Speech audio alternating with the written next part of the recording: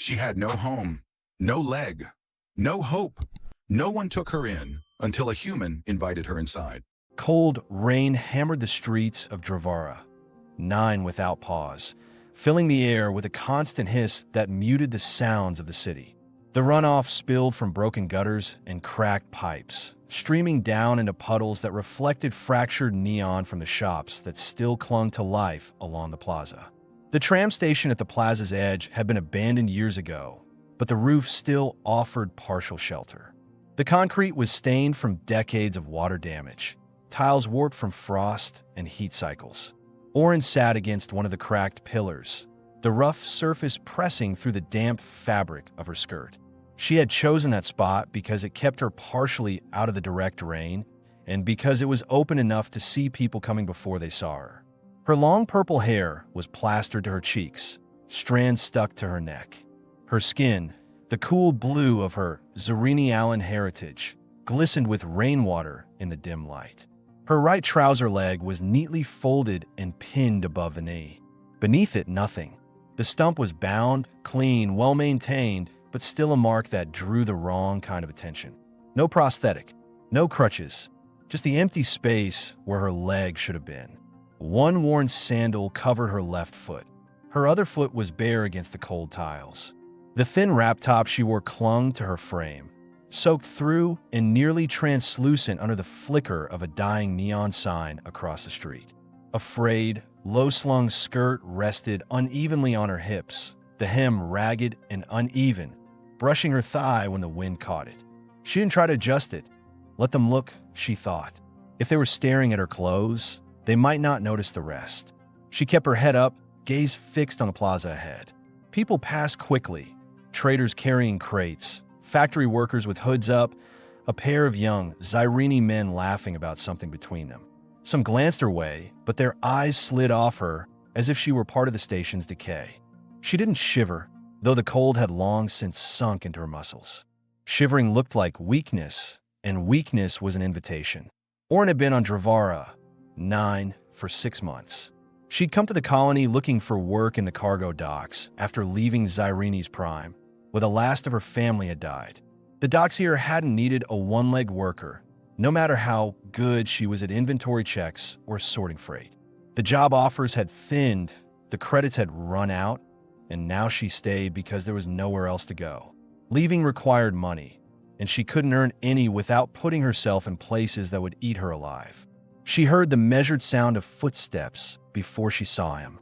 Felix Vale stepped into the plaza from the south walkway, moving at a steady pace that matched the rhythm of someone used to working in the rain.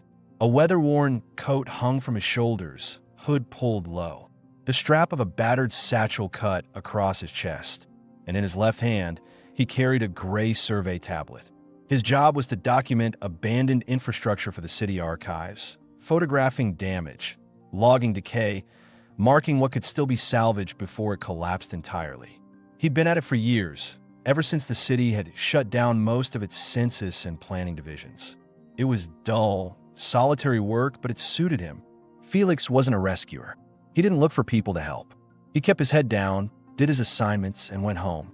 But today, when his gaze swept across the plaza and landed on her, he slowed. She was still, not in the way a person rested, but in the way someone waited for the world to either move past or strike. He lingered near the timetable post, pretending to study the unreadable paper beneath the cracked plastic. In reality, he was watching her, not openly, but enough to take in the details. Her soaked clothes, the pinned trouser leg, the way she adjusted it with small, precise movements as if the neat fold was a point of control in an otherwise uncontrolled day. Felix weighed his next step.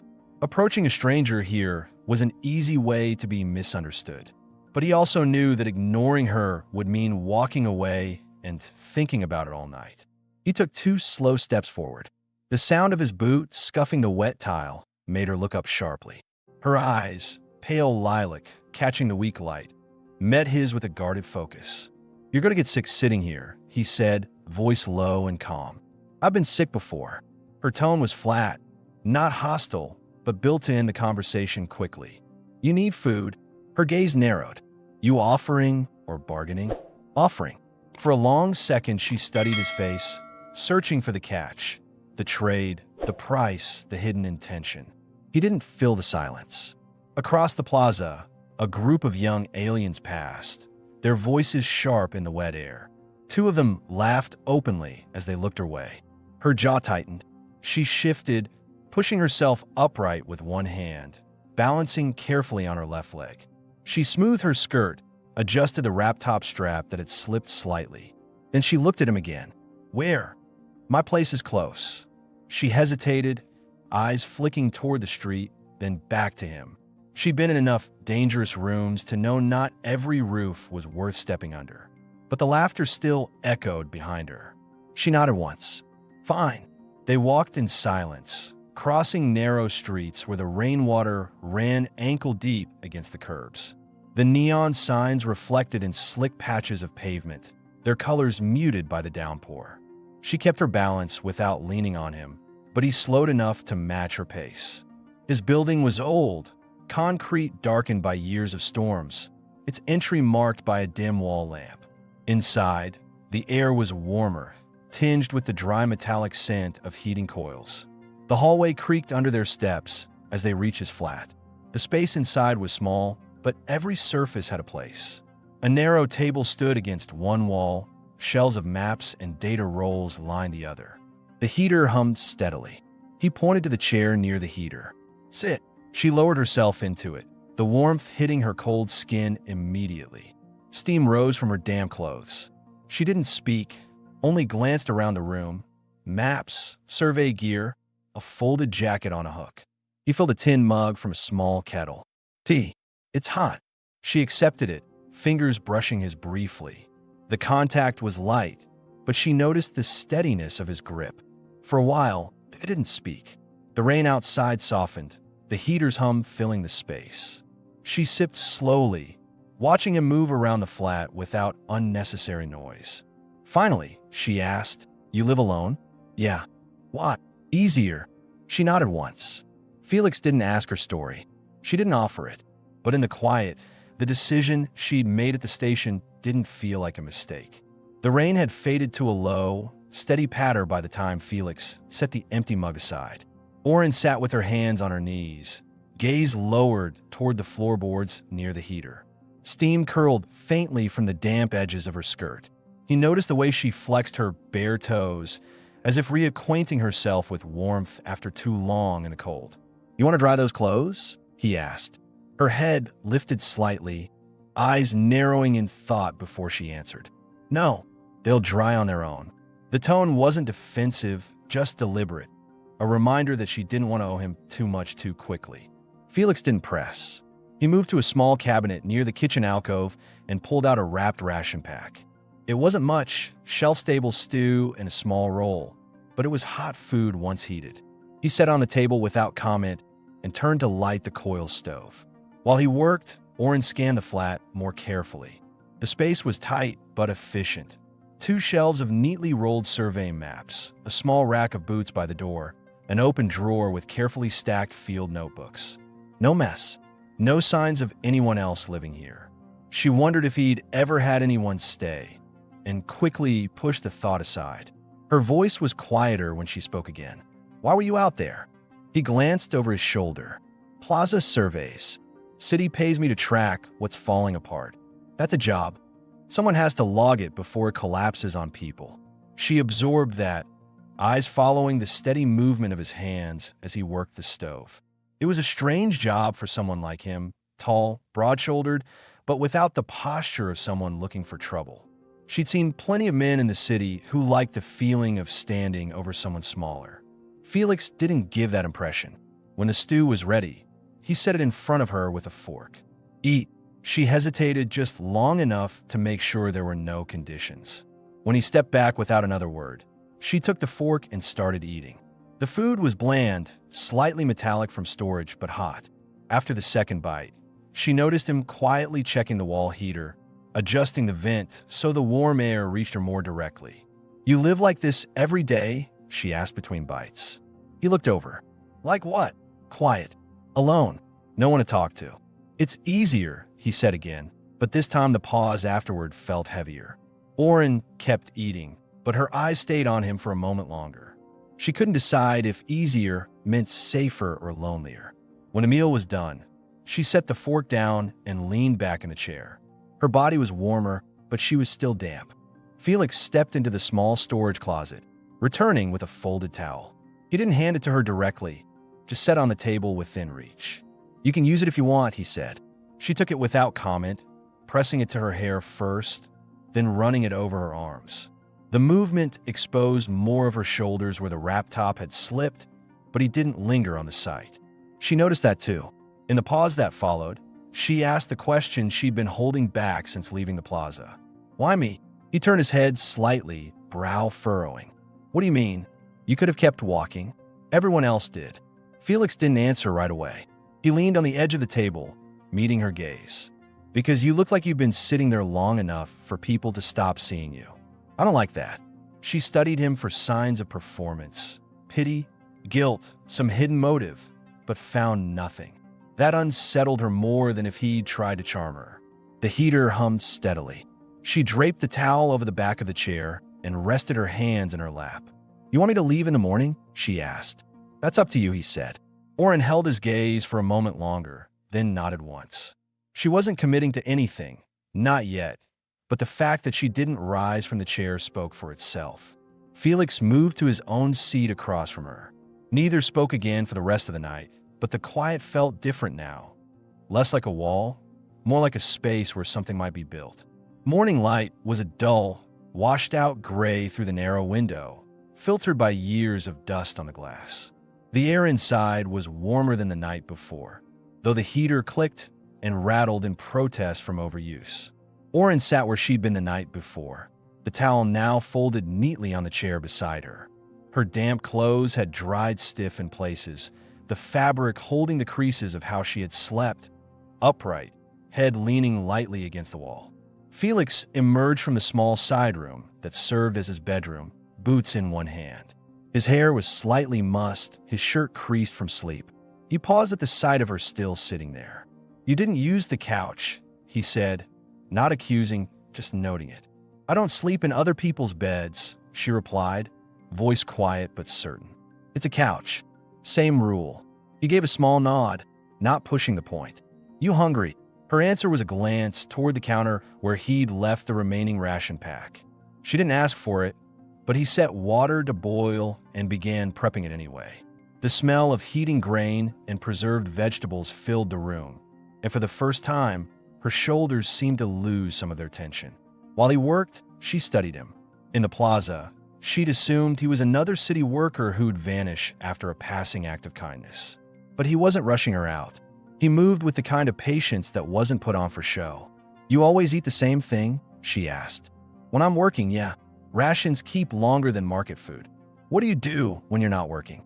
"Read," he said, nodding toward the shelves stacked with maps and notebooks. "Sometimes I walk the outer blocks." "You live here alone all the time, and you choose to walk the places no one wants to? It's quiet out there." That answer made her frown slightly. Quiet's not always safe. He set the steaming bowl in front of her. "I know." She took the first bite without further comment, though her eyes stayed on him. The food wasn't good, but it was hot, and she finished it without complaint. When she set the bowl aside, she leaned back in the chair. "You don't ask questions," she said. "I figure you'll say what you want to say when you want to say it. You're not curious?" "I am," he admitted, "but I've learned people don't tell the truth when they think they're being tested." That made her pause. She looked down at her pinned trouser leg, then back at him. "You want to know what happened?" He didn't answer right away, which made her keep talking. "It wasn't an accident. It was cut off. Zyrene district guards on Sorella Station said I was taking more than my share of dock food rations. They made sure I couldn't work the cargo lines again." Felix's jaw tightened, but he kept his tone even. "You stayed on Sorella after that?" "For a while. Then I left before I stopped being worth the air I was breathing." Her eyes flicked away, the conversation closing with that sentence. Felix didn't push. Instead, he crossed to the corner and rummaged through a crate until he found a small, battered folding stool. He placed it beside her chair. "You can put your leg up on this. Keeps your balance steady when you sit." She hesitated, then shifted slightly and rested her remaining leg on it. Why do you care about that? Because it's easier to move if you're comfortable. And you should be able to move. The way he said it was matter of fact, not weighted with pity. She let it stand without reply. As the day went on, Felix left to log another survey block, locking the door behind him. Oren stayed inside, exploring the flat in slow, careful movements. She traced the edges of the maps with her fingers, studied the annotations in his notebooks, noted the neatly folded spare clothes in the corner wardrobe. There was no sign of anyone else in his life. No second cup left out, no spare coat, no photographs. By the time he returned, the rain had started again. He shook water from his coat and glanced toward her. "You went through my maps. They're out in the open. Find anything interesting? Just your handwriting. You press too hard when you're tired." He stopped in the middle of untying his boots, one brow lifting. "You noticed that after one day?" She leaned back in the chair, a faint glimmer in her eyes. "I notice everything when I'm in someone else's space." It wasn't a threat, but he understood it as a truth about her. She had learned to catalog her surroundings the way others learn to breathe, as survival. The heater hummed again. Felix set his boots aside and moved toward the kitchen. "I'll be in tomorrow, too. You can stay until you decide otherwise." Oren didn't answer right away. She looked at the rain-slicked window, then back at him. "I'll think about it." But when she said it, there was no edge in her voice, only the sound of someone who already knew the answer. The next morning, the rain had stopped, leaving the streets outside damp and shining under a pale, cold light. Felix left early, his coat zipped high, survey tablet under one arm. He didn't say much before going, only a nod toward the table where he'd left a fresh ration pack and the words, "Back before dark." The door closed behind him with a soft click. Oren stood in the quiet flat for a long minute, listening to the muffled sounds of the building. A pipe knocking somewhere in the wall, footsteps overhead, the faint hum of the heater. It wasn't silence, but it was safer than anything she'd had in months. She started moving through the space slowly, testing how much she could do without her balance slipping. The stool Felix had given her the day before was now by the counter. She used it when she needed to reach the upper shelves, the wood creaking under her weight. She found a tin basin in the lower cabinet and filled it halfway with water from the small kitchen tap. The water ran cold, but it was enough to wash the dirt from her hands and face. Her clothes were still stiff from drying overnight. She ran her fingers over the fabric, the skirt's frayed hem, the wrap top's thinning straps, and thought about how many times she had mended them herself. No one had offered her a spare shirt. No one had noticed she needed one. She wondered if Felix would, but she didn't intend to ask. By midday, she had found a rhythm. She moved slowly but efficiently, using the counter as support when she crossed the kitchen. She inspected the maps on the wall more closely this time, tracing the lines and markings with her finger. Most were of Dravara IX's outer districts, crumbling areas she'd passed through herself. Seeing them on paper made her feel oddly anchored, as if she could map her own path back through her memories. The door opened just after sunset. Felix stepped in, coat damp from a late shower, boots carrying the smell of wet concrete. He glanced at the flat, his eyes landing briefly on the basin she had emptied and set to dry, then at the small pile of crumbs on the plate she had used. "You ate," he said, more an observation than a question. She looked up from the chair near the heater. "I'm not planning to starve myself just to be dramatic." That earned her the faintest twitch of a smile from him. He hung up his coat, setting the survey tablet on the table. "Any trouble here?" No one came by. "Good." He unzipped a side pouch from his satchel and set something on the table, a folded, dark gray sweater. "It's not new, but it's clean. Might fit you." She stayed in her seat, eyes on him. "You keep spare clothes for guests?" "I keep things I think might be useful." After a pause, she stood and took it. The sweater was soft from use, heavier than her wrap top. She pulled it over her head without ceremony. It hung loose on her frame, the sleeves a little long, but the warmth was immediate. Felix moved to the stove, pulling out 2 more ration packs. "I was going to eat," he said, "but you can take one if you want. I'll have the one without the synthetic meat." He nodded, heating them side by side without asking why. They ate at the table this time, the heater's hum filling the pauses. Oren noticed he didn't glance at her plate, didn't check how much she ate or how quickly. Most people who had fed her before kept track, like they were measuring how much of their generosity she was worth. Felix just ate. Halfway through the meal, she asked, "You do this for other people?" He looked up. "No." She tilted her head. "Why not?" "Because most people don't stay." It was a simple answer, but it caught her off guard. She lowered her gaze to her food, finishing the bite before speaking again. "You expect me to? I expect you to do what you want, but I won't throw you out if you don't." That settled into the space between them like something heavier than the meal itself. After they finished, Felix cleared the table while Oren remained in her seat. She caught herself watching him. The way he moved deliberately, without wasted effort, the quiet efficiency of someone who'd lived alone for a long time. He didn't rush to fill the silence, and she found she didn't mind it either. When he returned to his seat, he leaned back slightly, studying her. "If you're staying," he said, "you should know the building isn't locked during the day. People pass through. Most keep to themselves. I can handle myself. I believe you, but I'd rather you didn't have to." She gave a short nod, accepting the warning. The rain started again outside, light but steady.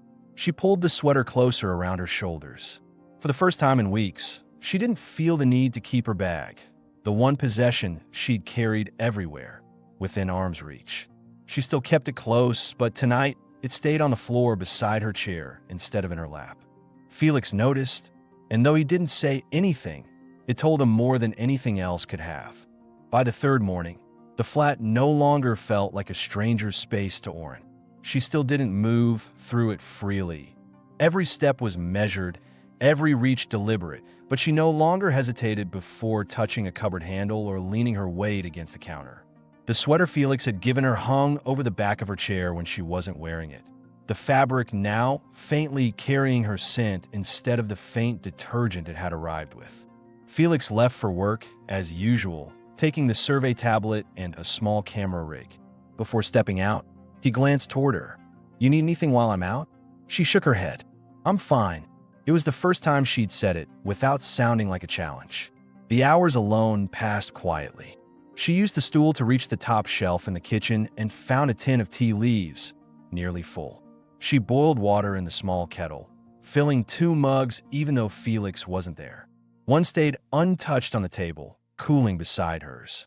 It was a habit she didn't understand yet, the act of making space for someone who wasn't in the room.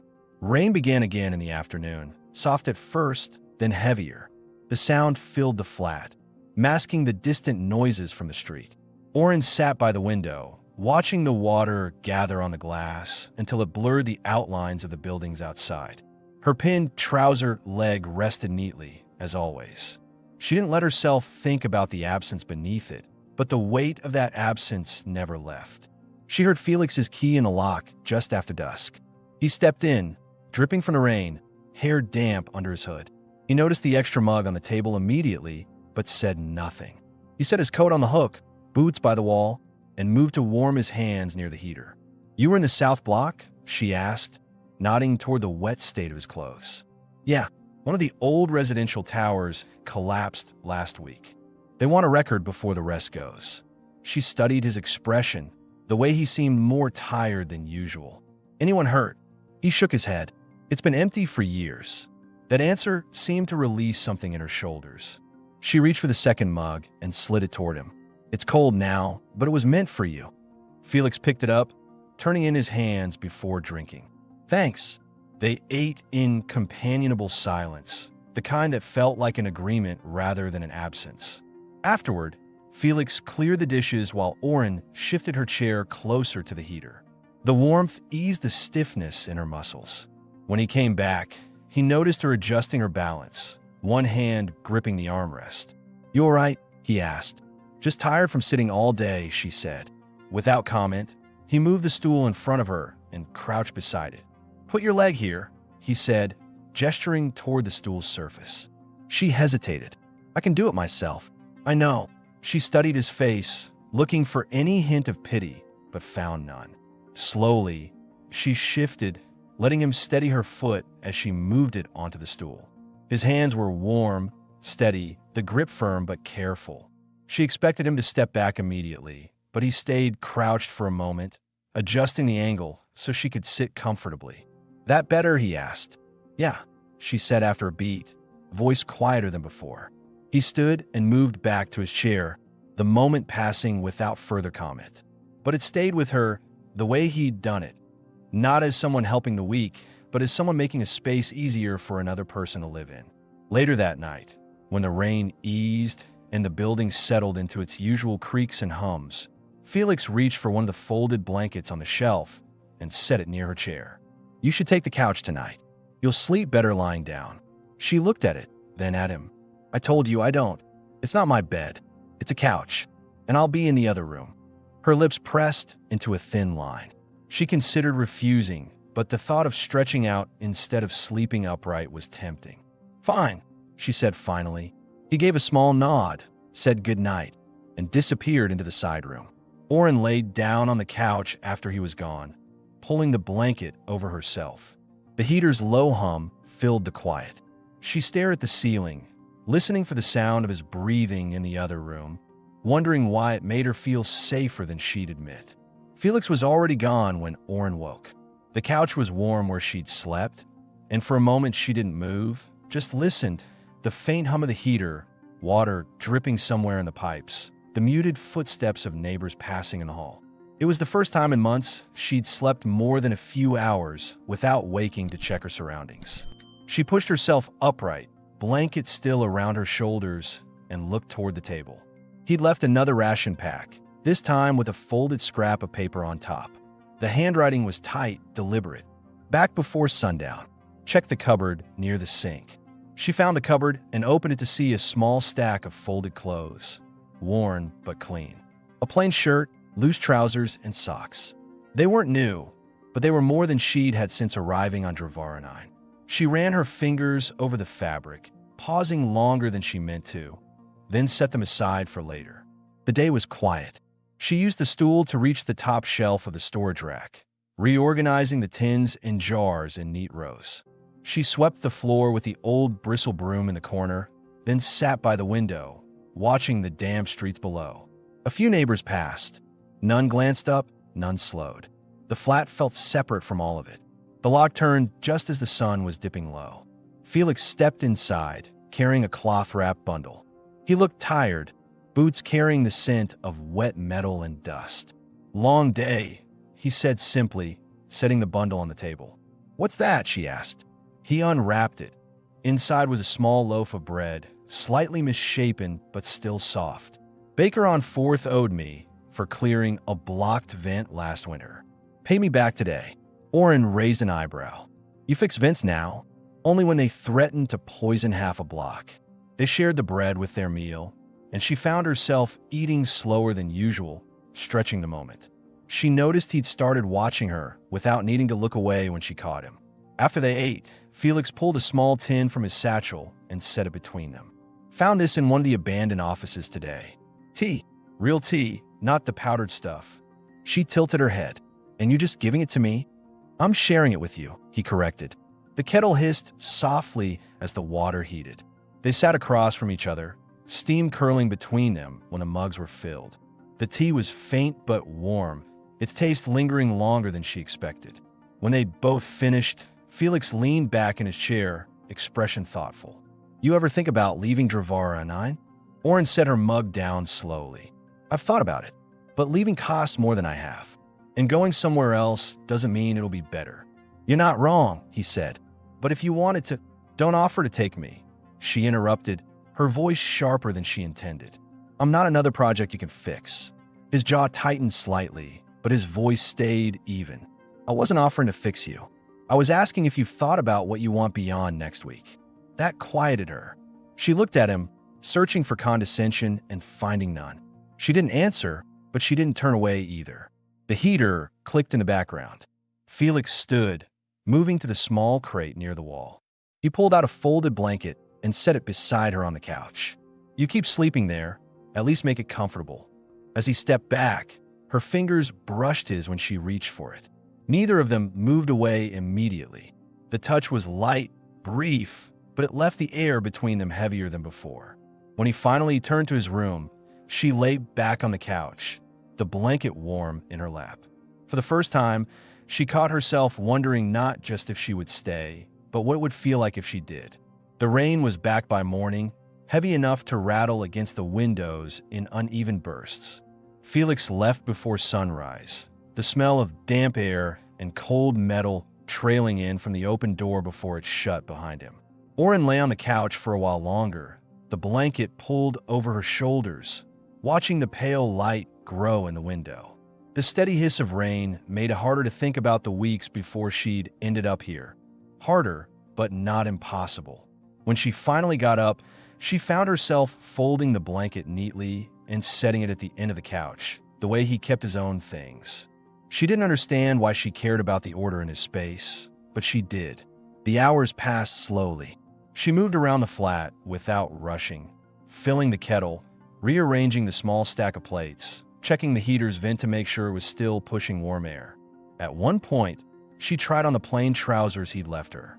They were loose around her hips, the fabric pooling slightly at the ankle of her remaining leg. But they were comfortable.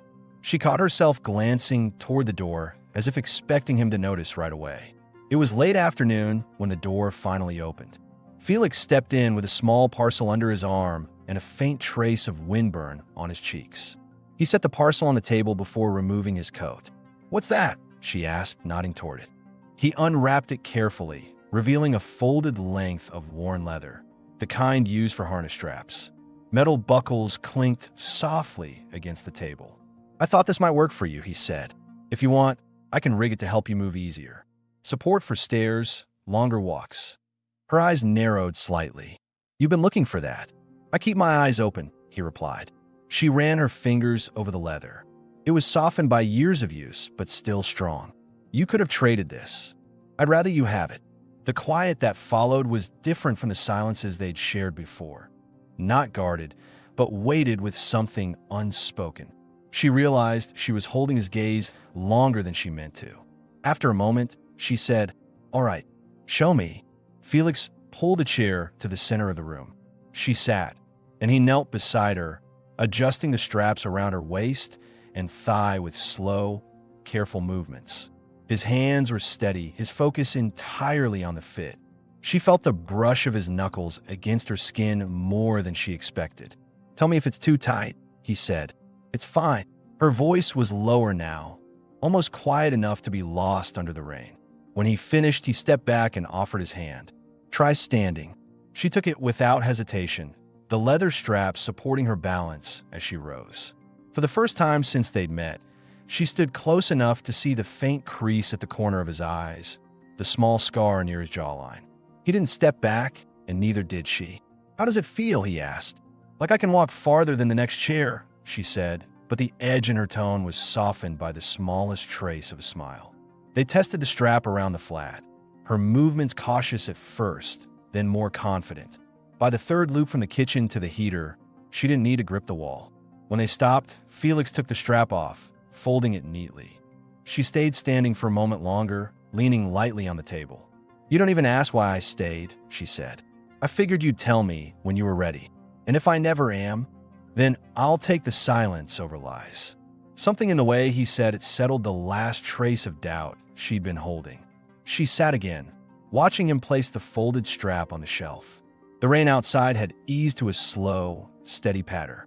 Felix made tea, setting her cup within reach before taking his own seat across from her. Neither of them said it, but the space between them had changed.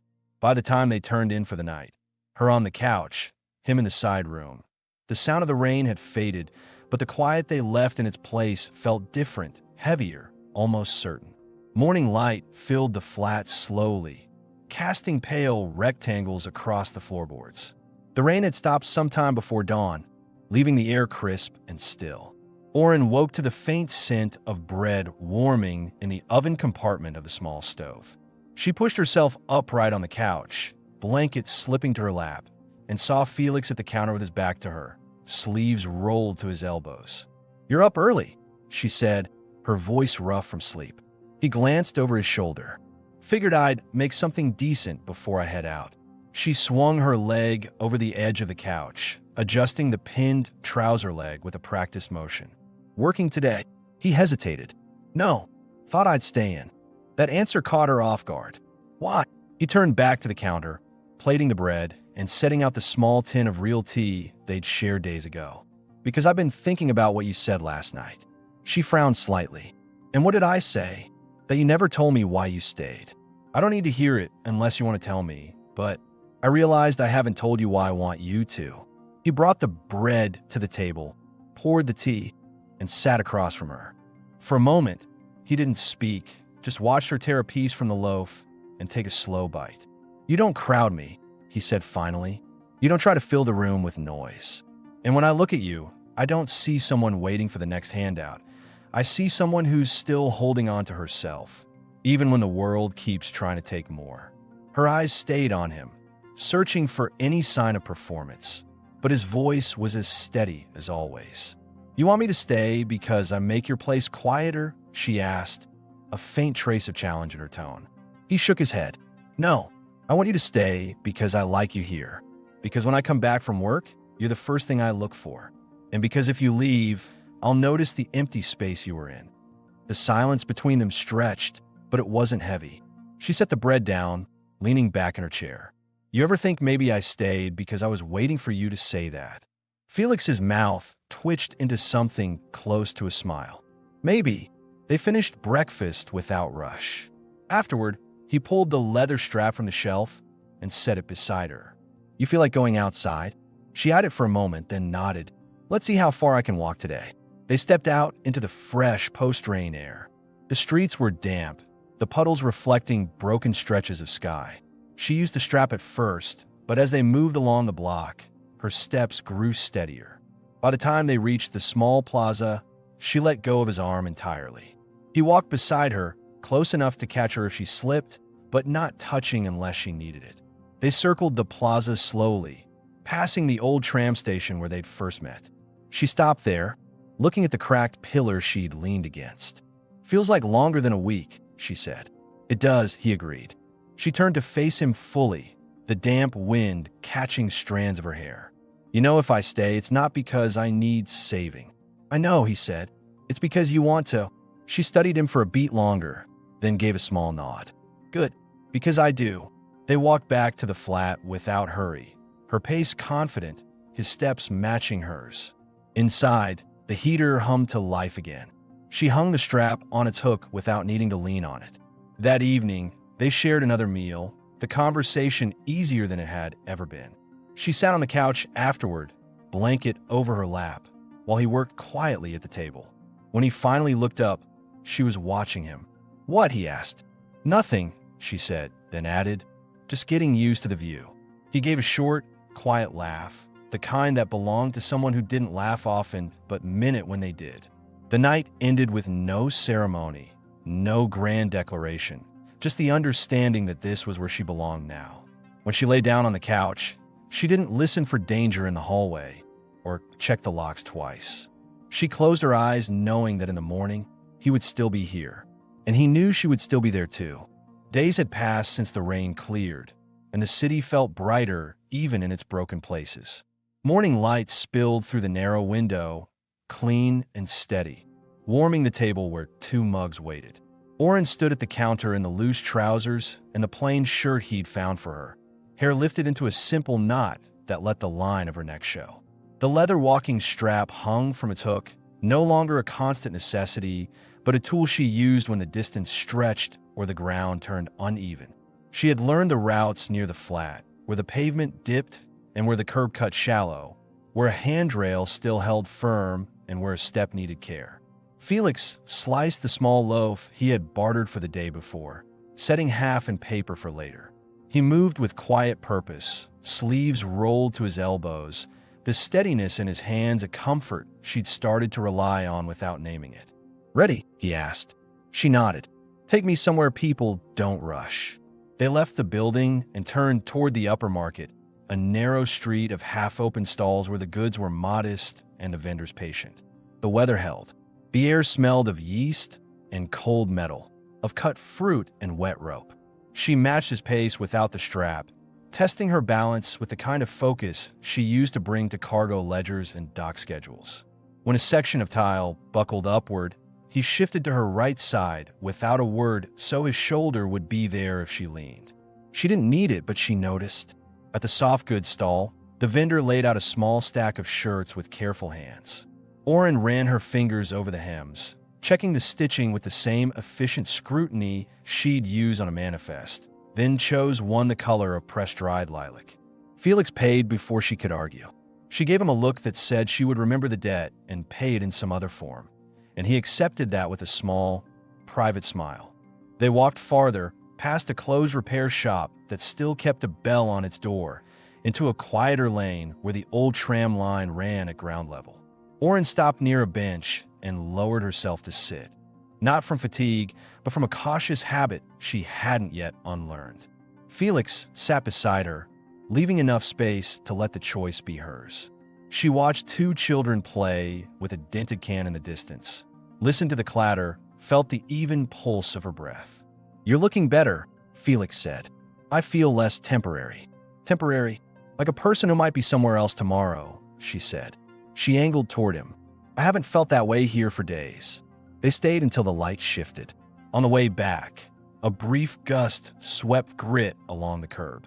Oren planted her foot, adjusted, kept her balance, and looked to him not for help, but for witness. He saw it. He nodded once. It landed in her chest like proof. Before they reached the building, Felix stopped at a door with a faded stencil. Storage.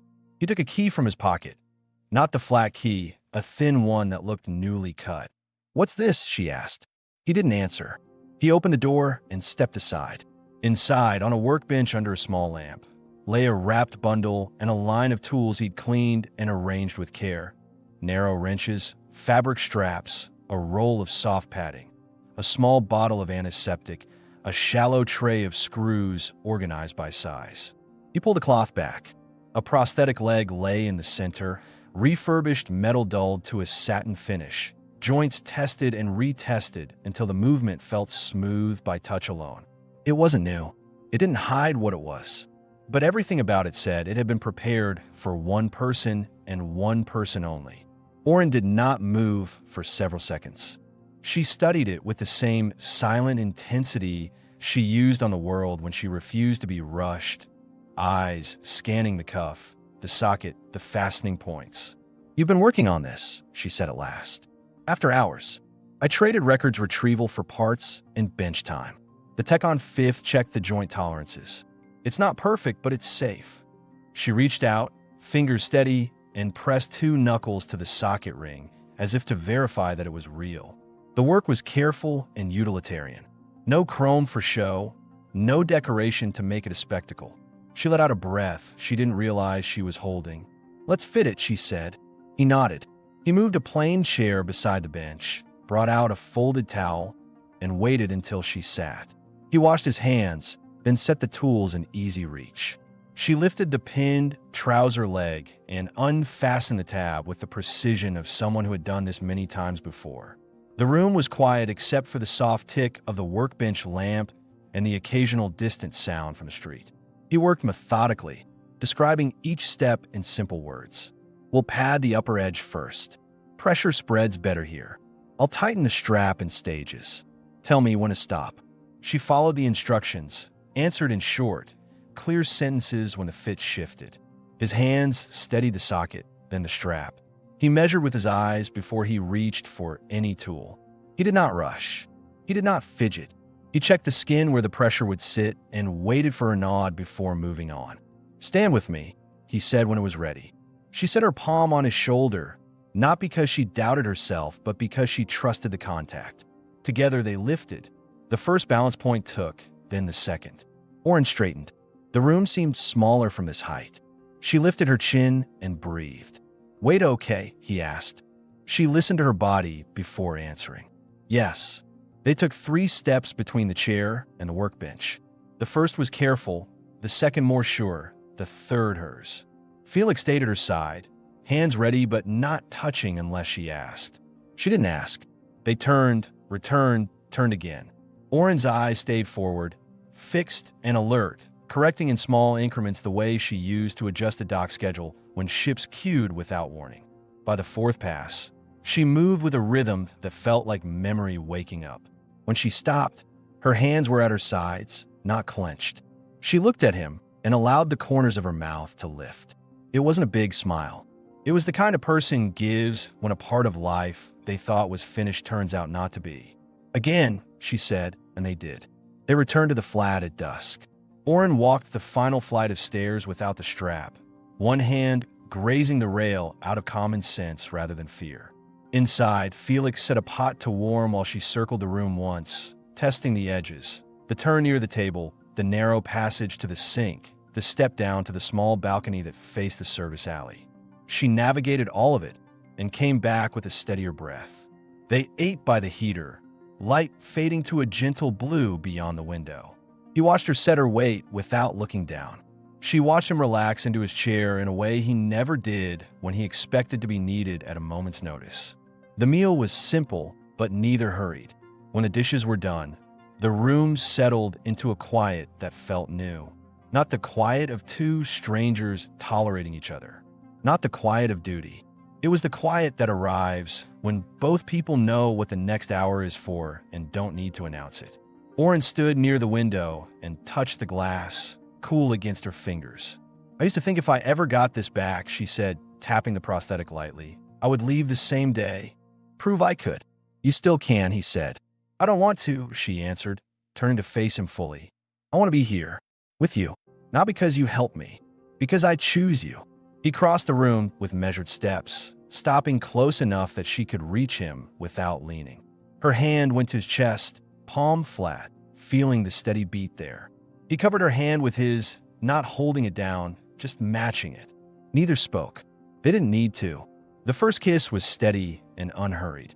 He let her pace it, reading the set of her shoulders, the pressure of her fingers, the tilt of her chin.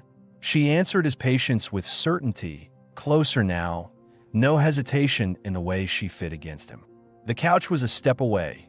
The blanket sat folded at the end, waiting. They moved there together, not pulled, not rushed, but chosen, and the room shrank to the sound of breath and the soft give of fabric under weight. Closeness came without spectacle. Hands learned the lines they had only guessed at before. The curve of her waist beneath the new shirt, the warmth at the back of his neck where her fingers rested, the easy strength in his arms when he lifted and then settled her, careful not to press where the strap left the skin tender. They paused often, checking each other's eyes, letting small nods say what words might spoil. When she guided his hand and he followed, the answer in her face was clear. When he hesitated to make space and she closed it, his relief was visible. Time stretched in simple steps. A slow exchange of kisses, a shift to get more comfortable, a breath caught and released, a quiet laugh when the folded blanket slipped to the floor and neither of them cared enough to retrieve it. The city outside flattened to a distant murmur. The window glass cooled. The heater ticked as the coil cycled. They made a home of the small space between two people who had decided to share it. There was nothing to prove, nothing to perform, only the steady confirmation that this was now theirs, the room, the hour, the choice. When they finally rested, the couch cushion was warm. The air held the smell of tea and clean cloth and skin, and the lamp on the table cast a soft pool that didn't need to reach the corners.